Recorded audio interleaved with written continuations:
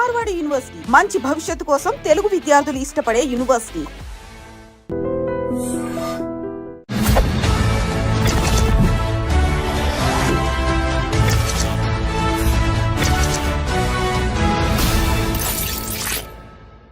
అందరికీ నమస్కారం. నేను Swaroopa Potlapalli. Welcome to I dream. Donald Trump America అధ్యక్షుడిగా రెండోసారి బాధ్యతలు చేపట్టిన తర్వాత తీసుకుంటున్న నిర్ణయాలు విదేశీయుల్లో గుబులు రేపుతున్నాయి. ప్రస్తుతం నాతో పాటు American studies expert Kanneganti Ramesh గారు ఉన్నారు. ఆయనతో మాట్లాడి వీసాలకు సంబంధించిన అనేక అప్డేట్స్ తెలుసుకుందాం. నమస్తే రమేష్ గారు. నమస్తే అండి. అనుకున్నట్టే అవుతోందండి. ఇంకా ట్రంప్ వచ్చాడంటే ఖచ్చితంగా వీసాల మీద అనేక రకాలైన డెసిషన్స్ తీసుకుంటారు అని అందరూ అనుకుంటూనే ఉన్నారు. ముఖ్యంగా H1B వీసాల మీద లాటరీ సిస్టమ్ ను బ్యాన్ చేయబోతున్నారు, ముఖ్యంగా రద్దు చేయబోతున్నారు అనే వార్తలు వస్తున్నాయి. మీ దగ్గర దీనికి సంబంధించి ఏమి ఇన్ఫర్మేషన్ ఉంది? H1B లాటరీ సిస్టమ్ని రద్దు చేయటం అనేది ఇప్పుడు జరగదు. Please be relaxed. కానీ there are 2 schools of thought. ఒక స్కూల్ ఆఫ్ థాట్ ఏమని చెప్తుందంటే, మెరిట్, అమెరికా అంటేనే merit based economy, meritorious talented highly skilled పీపుల్కి ఇవ్వాల్సిన H1B వర్క్ పర్మిట్ని మీరు అదేదో ఒక జోదం లాగా లాటరీ వేసి ఆ లాటరీలో ఎవరిది చిట్టు వస్తే వాళ్ళని తీసుకొని వాళ్ళకి పంపించడం ఏంటి? ఎగ్జాంపుల్ అండి, హార్వర్డ్ యూనివర్సిటీలో చదువుకున్నాను నేను. ఎగ్జాంపుల్, నిజంగా నేను స్టాన్ఫోర్డ్ యూనివర్సిటీలో చదువుకున్నాను. నేను ఆర్టిఫిషియల్ ఇంటెలిజెన్స్ ప్రోగ్రామ్ మీద మొన్న 2024లో స్టాన్ఫోర్డ్ యూనివర్సిటీలో చదువుకొని వచ్చా. నేనే అమెరికాకి H1B కోసం అప్లై చేస్తున్నా. కానీ నా టైం అవ్వక నా చిట్టు పికప్ అవ్వకుండా ఎవరో అమెరికాలో ఒక చిన్న యూనివర్సిటీలో అడ్మిషన్ వచ్చిన వాళ్ళ లాటరీ సిస్టంలో అక్కడ చదువుకొని వచ్చిన అబ్బాయిది వర్క్ చేయడానికి ఆయన చిట్టు పికప్ అయింది అనుకోండి. మరి నేను స్టాన్ఫోర్డ్లో చదువుకొని వచ్చాడు, అతను ఏదో చిన్న యూనివర్సిటీలో చదువుకొని వచ్చి ఇద్దరం వెళ్తుంది భుక్తి కోసమే. కానీ నా ఎడ్యుకేషనల్ క్వాలిఫికేషన్స్ అన్ని పక్కన పెట్టి ఆయనది పికప్ అయింది. అంటే నా మెరిట్ అసలు టెస్ట్ కాకుండానే, నా మెరిట్ జడ్జిమెంట్కి రాకుండానే, దాని పరిగణలోకి తీసుకోకుండానే ఏదో లాటరీ వేసి లాటరీలో చిట్టిస్తే ఎంత పెయిన్గా ఉంటుంది మేడం. ఇది ఒక స్కూల్ ఆఫ్ థాట్, ఒక section of society argument. It should be on merit basis, not on the lottery chit pick up basis. Second rung of people ఏం చెబుతున్నారంటే, వర్ణాలు, వర్గాలు, తరతమ భేదాలు, ఉన్నోళ్ళు లేనోళ్ళు, ఇవన్నీ మాకు సంబంధం లేదు. చిట్ ఎవరికి వస్తే వాళ్ళకి కూడా వదిలిపోయాయి. ఈజీ అవుద్ది. మేము అప్పుడు ఫెయిర్గా ఉన్నట్టు ఉంటుంది, జడ్జిమెంట్గా ఉన్నట్టు ఉంటుంది. అంటే we are not being judgmental, we are very fair and transparent. Whoever like chit gets picked up or lottery gets picked up, he or she will get the H1B permit. So ఇదే fair model అని కొంతమంది. So ఇటువేమో merit అని, ఇటువైపు ఏమో lottery based అని. చివరికి ఇప్పుడు 2025 హైదరాబాద్లో ఐ డ్రీమ్ స్టూడియోలో స్వరూప పొట్లపల్లి గారితో నేను కూర్చొని రమేష్ కన్నెగంటి మాట్లాడుతున్న ఈ తరుణంలో ఇప్పుడున్న రూల్ ఏంటి అంటే, చిట్టు ద్వారానే, లాటరీ ద్వారానే పికప్ అయ్యేదే H1Bకి వెళ్తుంది. కానీ ఇంకా అది రద్దు కాలేదు ఆ system. This is the fact. కానీ మనలాంటి వాళ్ళం మాట్లాడుకున్నప్పుడు ఖచ్చితంగా ఒక టాలెంట్ అనేది లక్ డిసైడ్ చేయకూడదు. అవును కదా. మరి ఇప్పుడు ఈ లాటరీ సిస్టమ్ తీసేస్తే మంచిదంటారా, తీయకపోతే మంచిదంటారా? ప్లస్లు ఏంటి, మైనస్లు ఏంటి? చాలా మంచి ప్రశ్న, చాలా తెలివైన ప్రశ్న అడిగారు మీరు. అంటే పబ్లిక్ పల్స్ కూడా ఇలాంటి ప్రశ్న కోసం ఎదురు చూస్తూ ఉండుంటుంది. ఒక మెరిటోరియస్ స్టూడెంట్గా కింద నుంచి చదువుకొని, అంటే స్కాలర్షిప్స్ మీద, మెరిట్ మీద చదువుకొని పైకి వచ్చిన వాడిగా, ఆబ్వియస్లీ నా personal opinion, I will vote for the merit based system. కానీ life is not fair. Life is not bed of roses. Life cannot be in black and white. There are areas of grey, right? There are colours of grey. కాబట్టి ప్రస్తుతానికి ఒక కొత్త model evolve అయ్యే వరకు we have to follow this model only. This model indicates lottery system of H1B, so that I'm not being partial, I'm not being judgmental, I'm not being selective, I'm not being biased అనేది crystal క్లియర్గా ఉంది. కానీ this is not fair. ఎందుకు? మీరు అన్నట్టుగా talent ఒకటి, luck ఒకటి. నా లక్ బాగుండి నాకు వచ్చింది, నా టాలెంటెడ్ రాలా. మరి రేపు నన్ను తీసుకునే ఎంప్లాయర్ ఉన్నాడు అనుకోండి, అక్కడ అమెరికాలో పెద్ద కంపెనీ ఇన్ఫోసిసే ఉందనుకోండి మేడం, లేకపోతే బిల్ గేట్స్, మన మైక్రోసాఫ్టే ఉందనుకోండి మేడం. నేను లాటరీ ద్వారా పికప్ అయ్యి వచ్చాను, నేను మెరిట్ బేస్డ్ మీద రాలా. అంటే నేను చదువుకుంది స్టాన్ఫోర్డ్ యూనివర్సిటీ, లెక్క ప్రకారం నాకు రావాలి, కానీ నాకు రాలేదు. కానీ ఎవరో ఒక చిన్న యూనివర్సిటీలో చదువుకో అంటే ఇక్కడ మీరు ఇంకొకటి ఆర్గ్యూ చేయొచ్చు వేరే వాళ్ళు ఏమని, అంటే పెద్ద పెద్ద బ్రాండెడ్ యూనివర్సిటీలు చదువుకున్న వాళ్ళకి మాత్రమే తెలివితేటలు ఉంటాయా? చిన్న చిన్న పల్లెటూరు నుంచి లేకపోతే సెకండ్ రంగ్ కాలేజెస్ యూనివర్సిటీస్ నుంచి వచ్చిన వాళ్ళకి తెలివితేటలు ఉండవా అనే ప్రశ్న గ్యారంటీగా లేవనెత్తారు. So nothing is perfect. Every set of judgemental or measuremental basis has its own little bit of fallacies అంటే mistakes, little bit of weaknesses, little bit of short Cummins.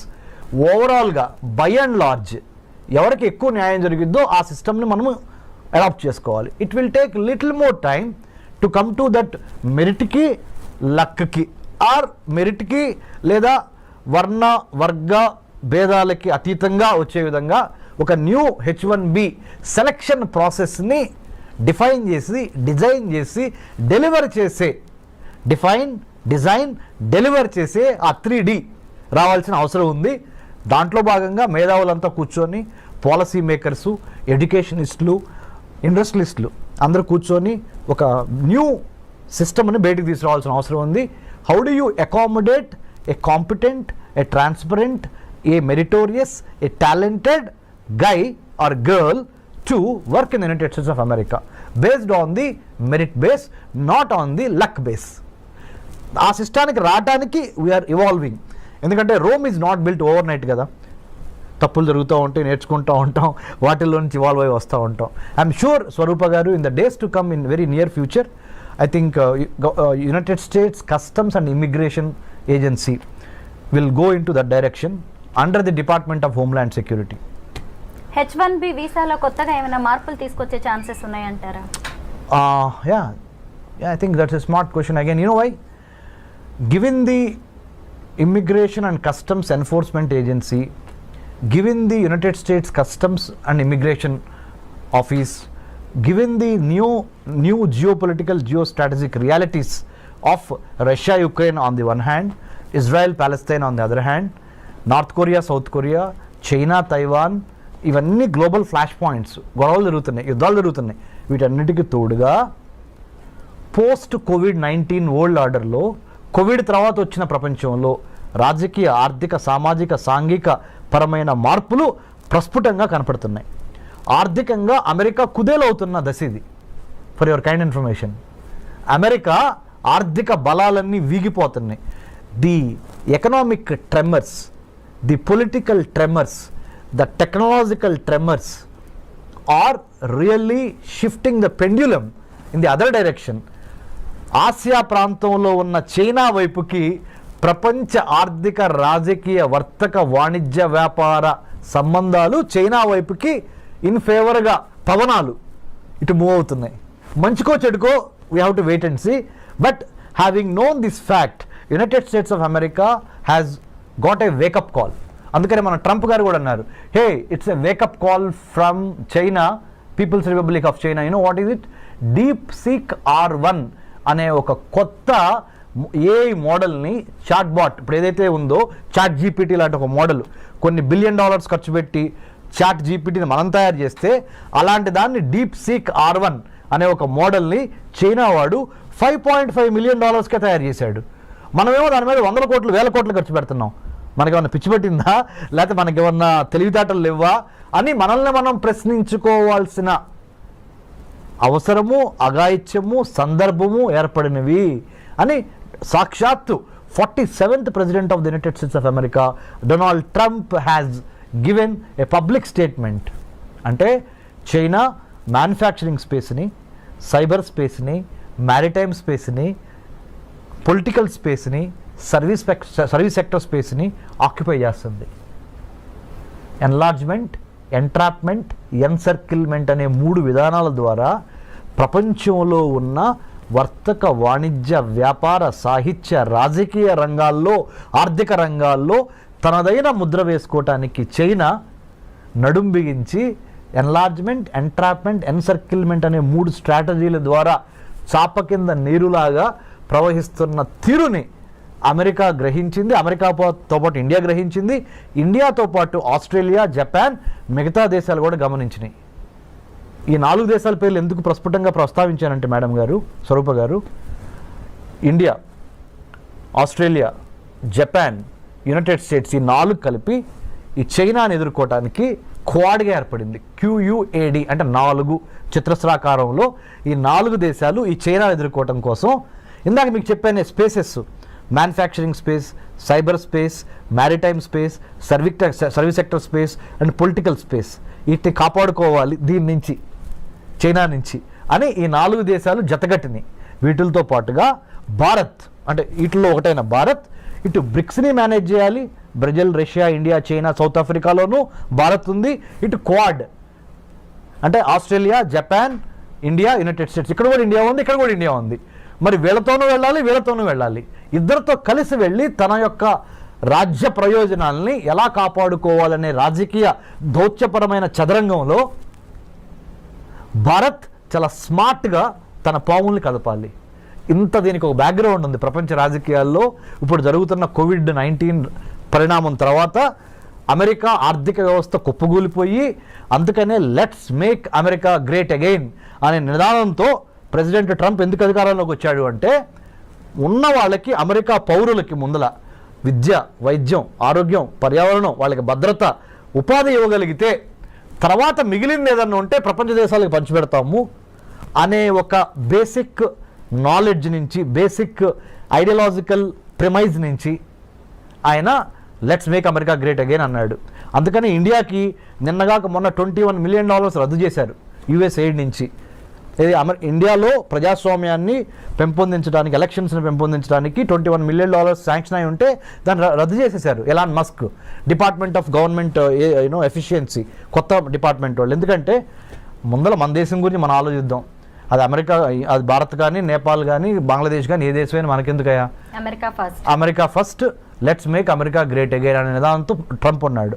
కాబట్టి దీనికి ఎంత బ్యాక్గ్రౌండ్ ఉంది. ఐ డ్రీమ్ ద్వారా, మీ ద్వారా, you are such a senior journalist with so much of hard work that you have put in the capital of India and elsewhere in the country.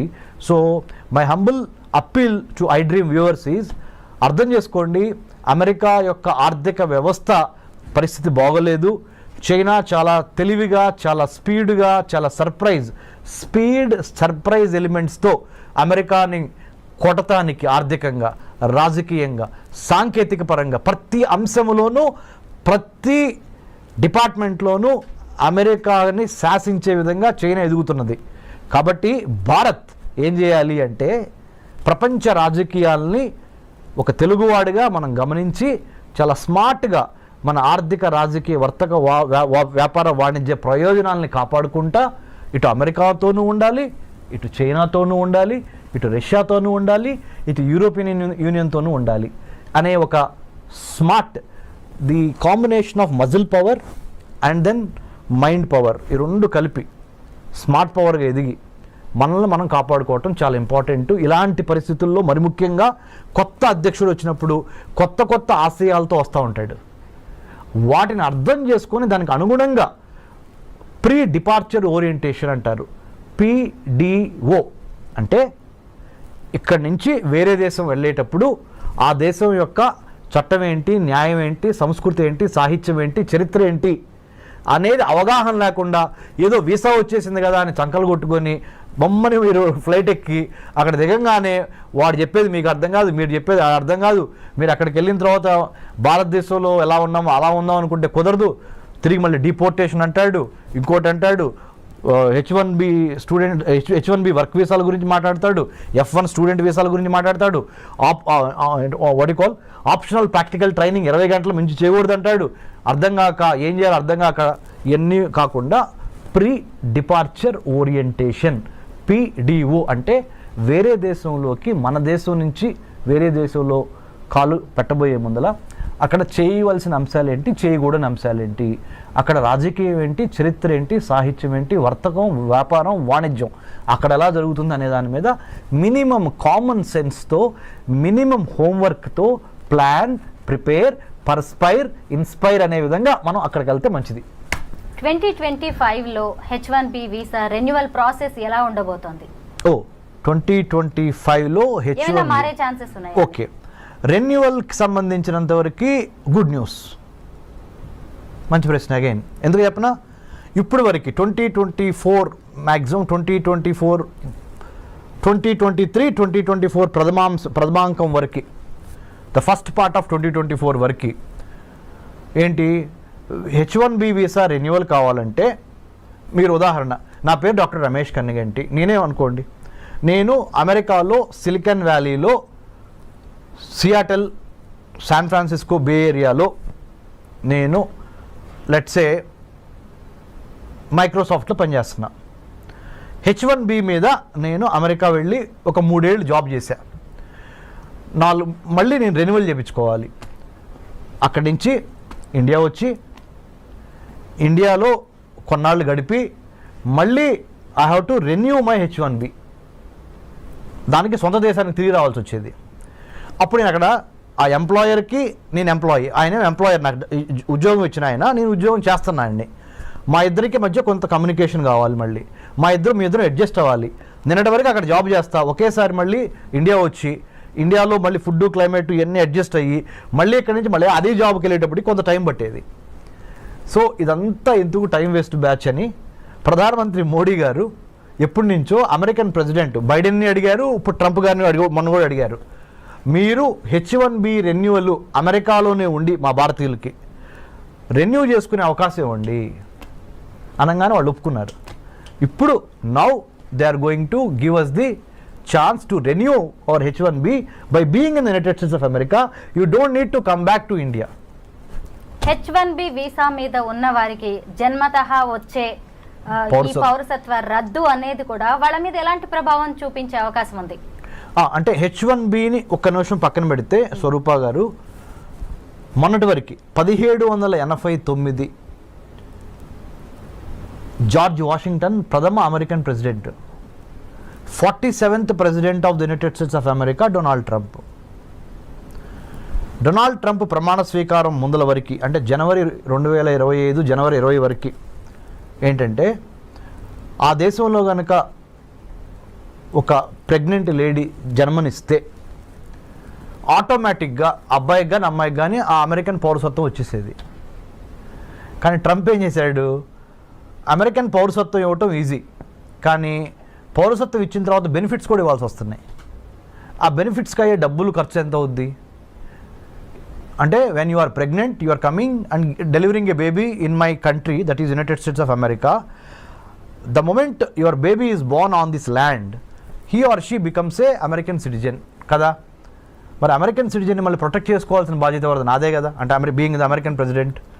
So దానికి అయ్యే ఖర్చు ఎంత, దానికి అయ్యే నా బరువు ఎంత, బాధ్యత ఎంత అని వాళ్ళు బేరీజ్ చేసుకొని, ఎందుకంటే ఆయన బిజినెస్ మ్యాన్ కదా, బేరీజ్ వేసుకొని నా వల్ల కాదు బాబు, ఇక నుంచి ఏం చేద్దామంటే అమెరికాలో వచ్చి అమెరికన్లో డెలివరీ అయిన ఏ బేబీకైనా 2-3 కండిషన్స్ పెడుతున్నా. తండ్రి కానీ తల్లి కానీ పౌరసత్వం అయినా అయి ఉండాలి, లేదా గ్రీన్ కార్డ్ అయినా అయి ఉండాలి, లేకపోతే మీకు మీ అబ్బాయికి కానీ అమ్మాయికి కానీ నేను ఇక్కడ పౌరసత్వం ఇవ్వలేను. మీరు ఏదో విజిటర్ వీసా మీద వచ్చి, స్టూడెంట్ వీసా మీద వచ్చి, J1 వీసా మీద వచ్చి, L1 మీద వచ్చి, M1 వీసా మీద వచ్చి ఇక్కడ మీరు మీ అబ్బాయి అమ్మాయి ఇక్కడ పుడితే మొన్నటి వరకు అయితే చెల్లింది, పౌరసత్వం వచ్చేది. ఇప్పుడు నా వల్ల కాదు, because America doesn't have that kind of money or that kind of wherewithal to protect your child, because I have to give you all the American సిటిజన్షిప్కి ఉన్న బెనిఫిట్స్ అన్ని ఇవ్వాల్సి వస్తుంది. I'm not in a position for the time being. రేపొద్దున వేరే president వచ్చిన తర్వాత, president ట్రంప్కి ఇది సెకండ్ టర్మ్, ఫైనల్ టర్మ్, రేపొద్దున వేరే ప్రెసిడెంట్ వచ్చిన తర్వాత ఆయన మారిస్తే నా సంబంధం లేదు. నేను దిగిపోయే వరకు అంటే 2025 నుంచి అనదర్ 4 years 2029 వరకు నేను మట్టికి మీకు అమెరికా పౌరసత్వం ఇవ్వలేను. బర్త్ రైట్ సిటిజన్షిప్ అనేది మీ బర్త్ రైట్ అని మొన్నటి వరకు అన్నారు కదా, అది ఇప్పుడు కాదు.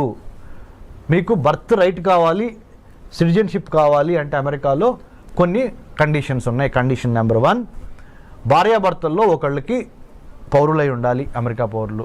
రెండో కండిషన్, కనీసం గ్రీన్ కార్డ్ అయి ఉండాలి. ఈ 2 కండిషన్స్ పెట్టారండి. Thank you so much Ramesh garu. Thank you స్వరూప గారు, థ్యాంక్ యూ వెరీ మచ్.